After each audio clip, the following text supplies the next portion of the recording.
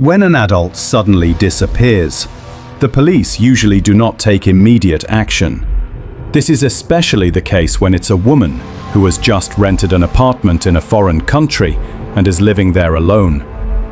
This is exactly what happened in the case of María Knezevic. Anna was a US citizen who, after 13 years of marriage, temporarily moved to Madrid to start her life anew. Her goal was to rediscover herself, spend some time alone, and explore new paths. After arriving in Madrid, she filed for divorce, made plans for the coming months, and kept regular contact with her family. On February 2nd, Anna phoned her friend. That was her last confirmed interaction. The very next day, strange messages started coming from her number. The tone of these texts was nothing like Anna's. Her friend immediately realized that Anna hadn't written them. Anna was born around 1983 in Montenegro. Her family followed Eastern European customs and traditional values. She grew up in a society where family, honor, education, and discipline were considered most important. From childhood, Anna was hard-working, liked to stay organized, and tried to be independent. These traits stayed with her throughout her life. When she moved to the US, she quickly obtained American citizenship. Not much is known about her early years there, but it's clear she made her mark in her new community. She learned English, built professional skills, and gradually became part of the local community. Anna valued education and self-growth deeply. She always preferred to keep her life away from the spotlight. In early 2010, Anna met David Knezevic in Fort Lauderdale, Florida. Soon the two entered a serious relationship, started living together, and eventually got married. After marriage, they launched an IT and technical support company. David handled the technical aspects, while Anna took care of organization and strategy. Later, they also invested in Florida real estate and acquired several properties. From the outside, their life looked settled. A good home, a strong business, and financial independence.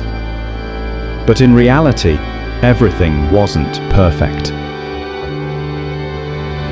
Over time, problems began to grow in their marriage. Outsiders didn't realize it, but financial disputes and personal conflicts were building up. By 2023, their relationship was nearly over. Divorce was on the table, and property division had become their biggest issue. Both their company assets and real estate holdings were at stake. This separation wasn't just emotional. It involved millions of dollars worth of property and investments. Amidst all this tension and conflict, Anna decided to leave the US temporarily. In December 2023, she moved to Madrid and rented an apartment in a modern, upscale area of Salamanca. Anna said she wasn't looking for new relationships or entertainment. She simply wanted balance. She joined therapy sessions, stayed in touch with friends, and even planned trips around Europe. For Anna, Madrid wasn't an escape. It was breathing space to reflect on her broken marriage. Anna's closest friend was Sar, who lived in Florida. The two spoke every day, despite the distance. In mid-January, they even traveled together to Austria. After returning, they had planned that Sar would visit Madrid on February 2nd. Anna had also planned a trip to Barcelona with another friend on February 5th to attend a conference. Tickets had already been booked. The last call. On the evening of February 8th, Anna called Sar. The call began around 8:30 p.m. and lasted about an hour. She said she was at home and had no special plans. She sounded calm, talking about household chores, groceries, and routine matters. The call ended around 10 p.m. That was the last confirmed time Anna was heard alive. The next morning, on February 3rd, Saar received a strange text from Anna's number. "I met a very nice man. He has a vacation home about 2 hours from Madrid. I'm going there. The signal will be weak. I'll call when I'm back." Shortly after, another message came. "After my therapy session, I felt like going for a walk. I met a man. The connection felt so strong, like I've never felt before." Saar instantly knew this wasn't Anna's style. Anna would never go off with strangers like this. She was careful and always informed her friends. Attempts to call went unanswered. Another Spanish friend of Anna's also received similar messages. Both friends noticed that the language felt unnatural and dry, as if written through translation software. It was completely different from Anna's normal expressive style. Anna's brother also agreed that the messages looked machine translated. Both friends were convinced that Anna hadn't written those texts herself. On February 3, when Anna's texts started to feel odd, Saar immediately replied, but none of her responses were answered. Calls also went continuously unanswered. At first, she thought maybe it was just a network issue, but as time passed, Anna's silence grew more and more disturbing.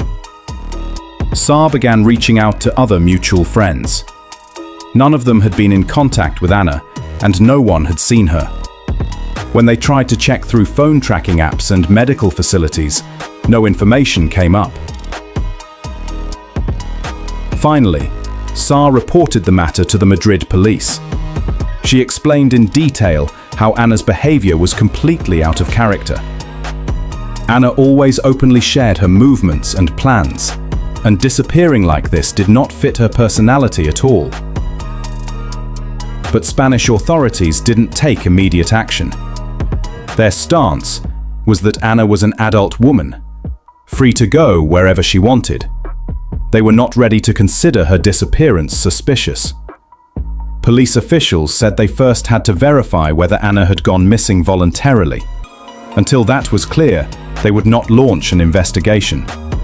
Authorities stated they would wait until February 5th, since Anna had planned a trip to Barcelona that day. If she failed to show up at the train station and made no contact, then she would officially be declared missing. Because of this, on February 3rd and 4th, the police practically did nothing. Her apartment wasn't searched, her phone records weren't checked, and her recent movements weren't traced. Meanwhile, Anna's friends continued searching for her on their own, but all their efforts went in vain. When Anna failed to appear at the Barcelona train station on February 5th, she was officially declared missing. By then, her phones had also gone completely unreachable. That same day, a request was made in court to access her apartment and phone data. But another obstacle arose. The judge rejected the application, stating there were no signs of a crime in the apartment, no forced entry, no struggle, no damage. In the judge's view, there was no legal basis for an investigation. Days later, police finally inspected Anna's flat. When they opened the apartment, the door was locked from the outside. Inside, everything was perfectly in place. Belongings untouched, valuables safe, and no signs of any fight or disturbance. This only deepened the confusion. If Anna had left on her own, why didn't she return? And if she had been taken by force, why was there no sign of a break-in? Anna's brother Philip was in contact with Spanish authorities, but complained that cross-country coordination was difficult. Madrid investigators didn't speak fluent English, and proper assistance wasn't coming from the US either. He also noted that cooperation between the FBI, Spanish police, and the US consulate was weak. Despite this clearly being the suspicious disappearance of a US citizen abroad. The most crucial first few days passed without any action. The time when fresh evidence could have been gathered, neighbors questioned, and CCTV reviewed. All of it was lost. The official stance remained that Anna had voluntarily disappeared, which slowed the case down significantly. On the fourth day of Anna's disappearance, the building staff gave police a shocking detail. On the night of February 2, around the exact time of Anna's last confirmed contact, the building's CCTV cameras had been partially disabled. Footage showed a man dressed in black wearing a motorcycle helmet. Around 9:30 p.m., he spray-painted the external cameras, blurring them out. He then entered the building and covered the elevator cameras with paint as well. The act looked completely calculated. He clearly knew exactly where the cameras were, how quickly to disable them, and moved confidently without hesitation. The building staff confirmed this was deliberate sabotage. This footage, handed to police, became the first solid clue in the case. Because of the helmet and dark clothing, identifying the man was difficult. His face was fully covered, with only his eyes, part of his forehead, and eyebrows visible. Experts noted that his actions looked clear and rehearsed, as if pre-planned and carefully timed. A witness mentioned that some residents were entering and exiting the building at that time, and the man used that opportunity to slip inside without showing any ID. The footage shocked not only the police, but also Anna's friends. Sa, who had by then reached Madrid, shared the video with the media. Soon, the news spread to media outlets. Early reports suggested the helmeted man might be connected to Anna's disappearance. By then, the FBI also became involved. Despite the poor quality of the recording, they began database comparisons. They analyzed the structure of the man's eyes, forehead, and eyebrows, features that can sometimes remain distinctive even with a partially covered face.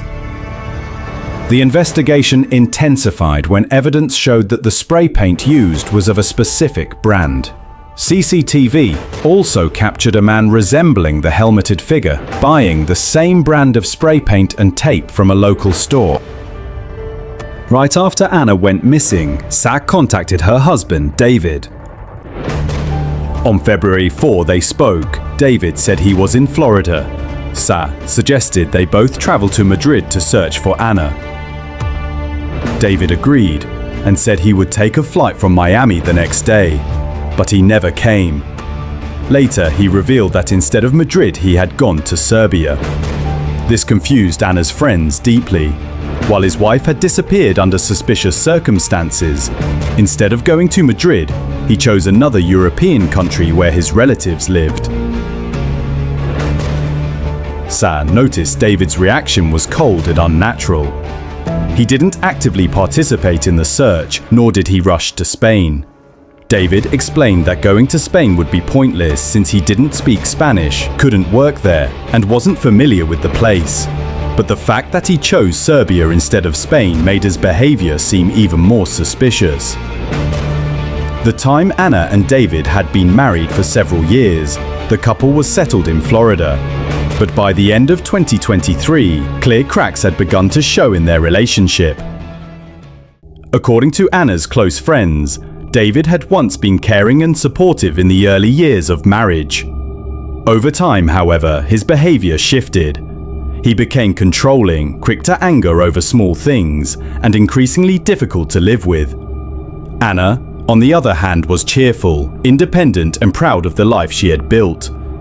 She ran her own business, maintained her lifestyle, and refused to compromise on her freedom. This independence was something David never seemed to accept. By the final months of their marriage, arguments had become frequent. Friends say Anna was seriously considering divorce. She hinted to her circle that she wanted to end the marriage, but before beginning the legal process, she planned a trip to Spain to clear her mind and take a much-needed break. Even before Anna's disappearance, troubling signs were there. One friend recalled how David would often try to check Anna's messages. He wanted to know her every move, growing irritated if she was out of contact even briefly. At one point, Anna confided that her husband treated her more like property than a partner. That controlling nature was pushing the marriage toward collapse. Anna had already decided that in 2024 she would officially end it. Divorce didn't just mean emotional separation, it meant money. Anna was financially independent, but the couple shared businesses and real estate assets. A divorce would likely cost David millions. Investigators believed this financial pressure could have been a powerful motive. And after Anna vanished, suspicion surrounding David's behavior only grew stronger. Naturally, when Anna went missing, everyone expected David to fly straight to Spain. But he didn't. Instead, he went to Serbia, the country of his family roots. His explanation? A language barrier in Spain, unfamiliar laws, and the belief that he couldn't be of much help there. But to Anna's friends and investigators, this reasoning rang hollow. Traveling to a country known for its complicated extradition agreements, immediately after his wife's disappearance, raised a glaring red flag.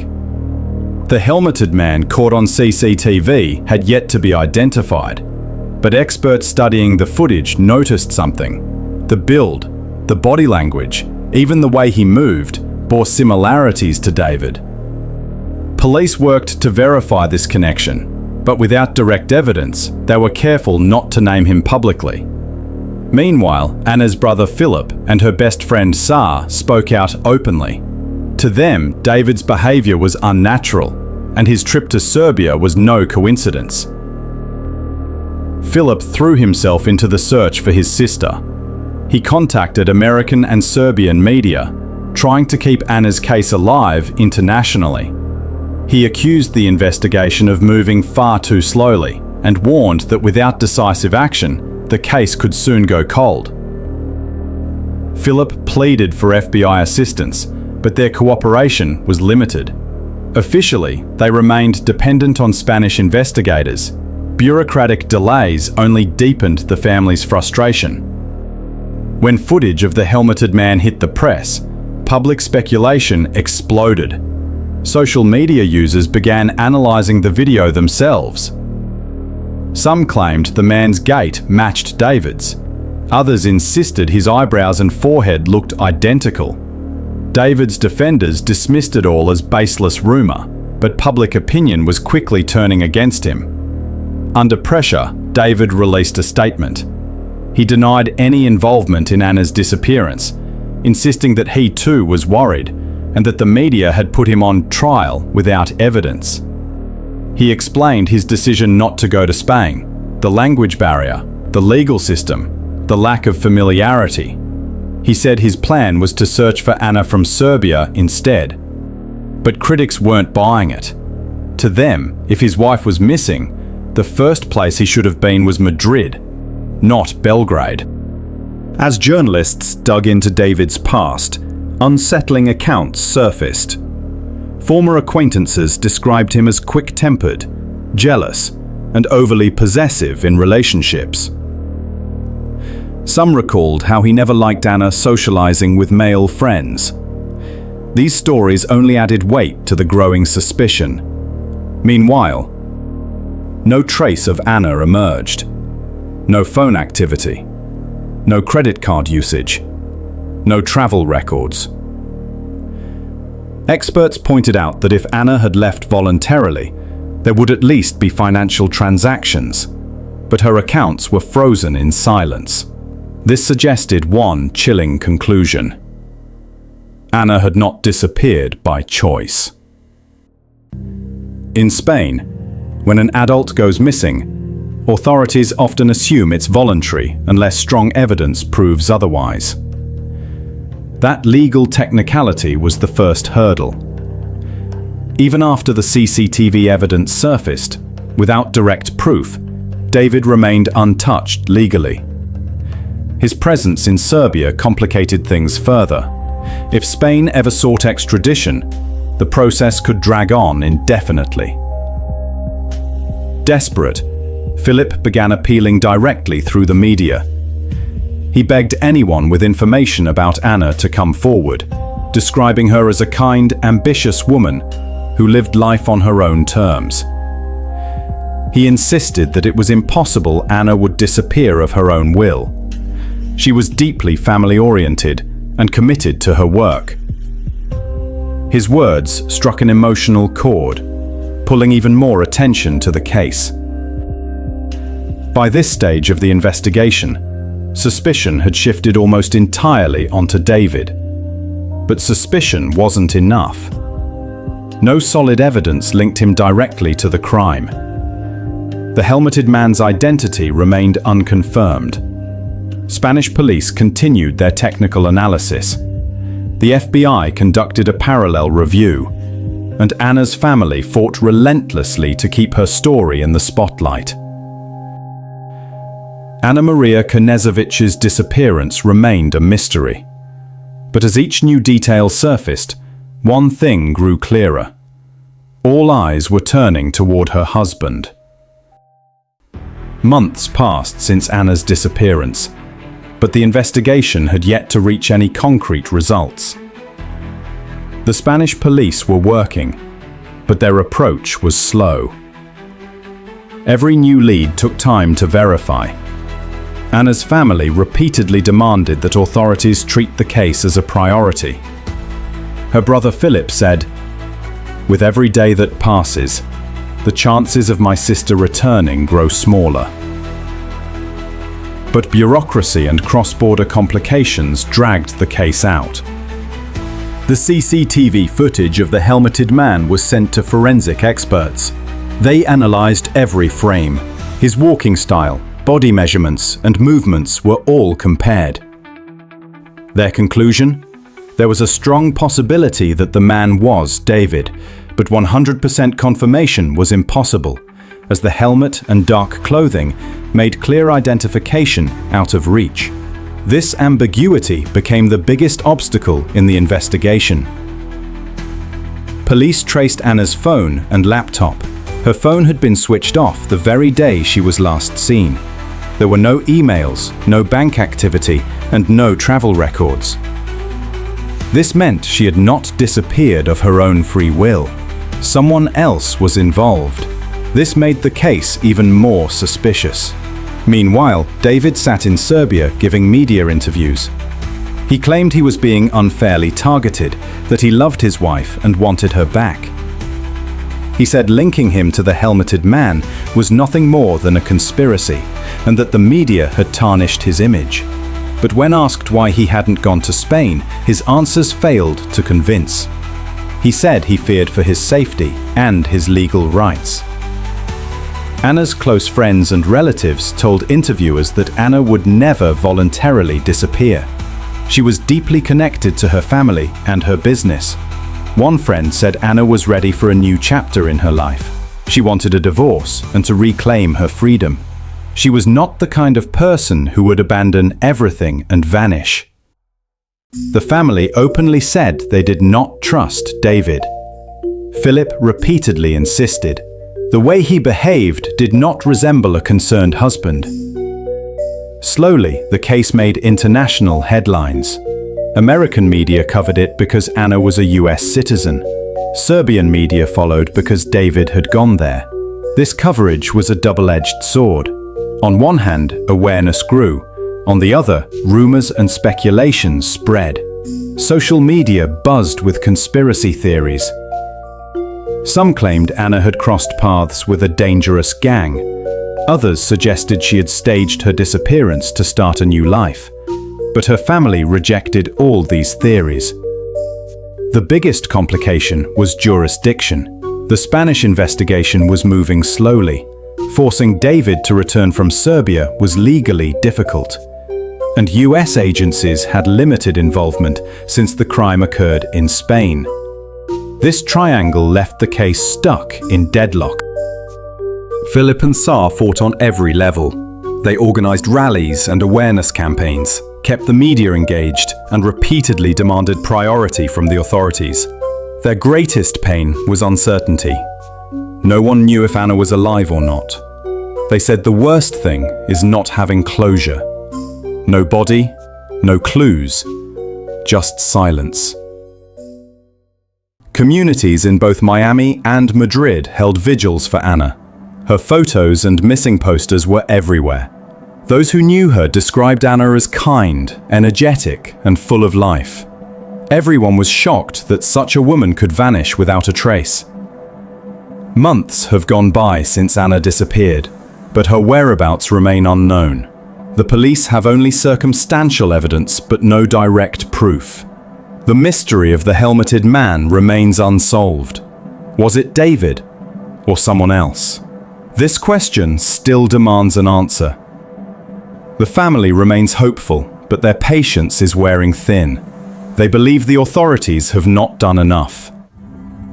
This case has sparked broader discussions about red flags in relationships, domestic control, and the limitations of cross-border justice systems. Anna's story has become the story of countless women who struggle with controlling partners. It is a reminder that sometimes danger does not come from the outside world, but from within the home. What was Anna's true fate? Who was the helmeted man? Will David ever be held legally accountable? Will Spanish authorities let this case become a cold file? These unanswered questions make the case even more haunting. The story of Anna Maria Knezevic is a modern-day mystery, a successful, ambitious woman who vanished without a trace. Her family and community continue searching, but so far only speculation and suspicion remain. What is clear to everyone is this: Anna did not disappear of her own choice. Someone was behind her disappearance, and the strongest suspicion still points to her own husband, David. But without solid evidence, the road to justice remains long and difficult. Anna's story is a chilling reminder. Sometimes the darkest mysteries begin at home,